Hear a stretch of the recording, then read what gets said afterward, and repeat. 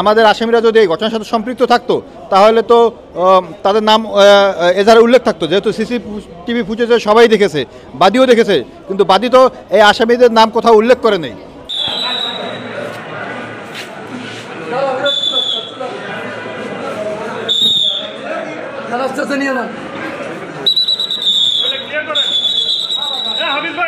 মামলা তাদেরকে নতুন করে সনারেশ দেখাইছে এবং তদন্তকারী কর্মকর্তা 10 দিনের রিমান্ডের আবেদন করেছে। বিজ্ঞ আদালত সন্তুষ্ট হয়ে 5 দিনের রিমান্ড মঞ্জুর করেছে। আমরা রিমান্ড বাতিলপূর্বক জামিনের প্রার্থনা করেছিলাম, যেহেতু এজাহারে এই আমাদের যে আসামিদের কারো নামই নাই।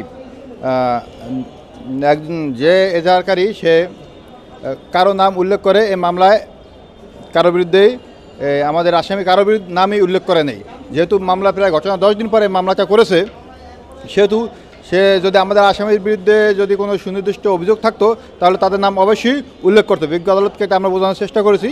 সব মশার বিরুদ্ধে সুরক্ষা দিতে এলো বসুন্ধরা এক্সট্রিম অ্যারোসল, মশার বিরুদ্ধে এক্সট্রিম সুরক্ষা। কিন্তু বিজ্ঞ আদালত আমাদের জামিনের আবেদন নামঞ্জুর করেছে এবং 5 দিনের রিমান্ড আবেদন মঞ্জুর করেছে উচ্চ আদালতের নির্দেশ মতো।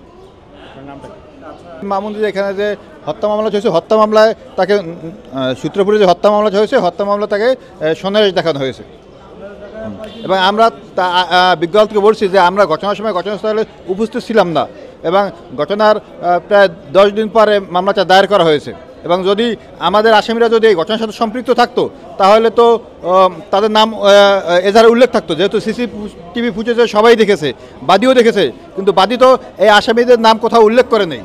আজকে 10 দিনের রিমান্ডে আবেদন করেছে, বিজ্ঞ আদালত সন্তুষ্ট হয়ে 5 দিনের রিমান্ডে আবেদন মঞ্জুর করেছেন।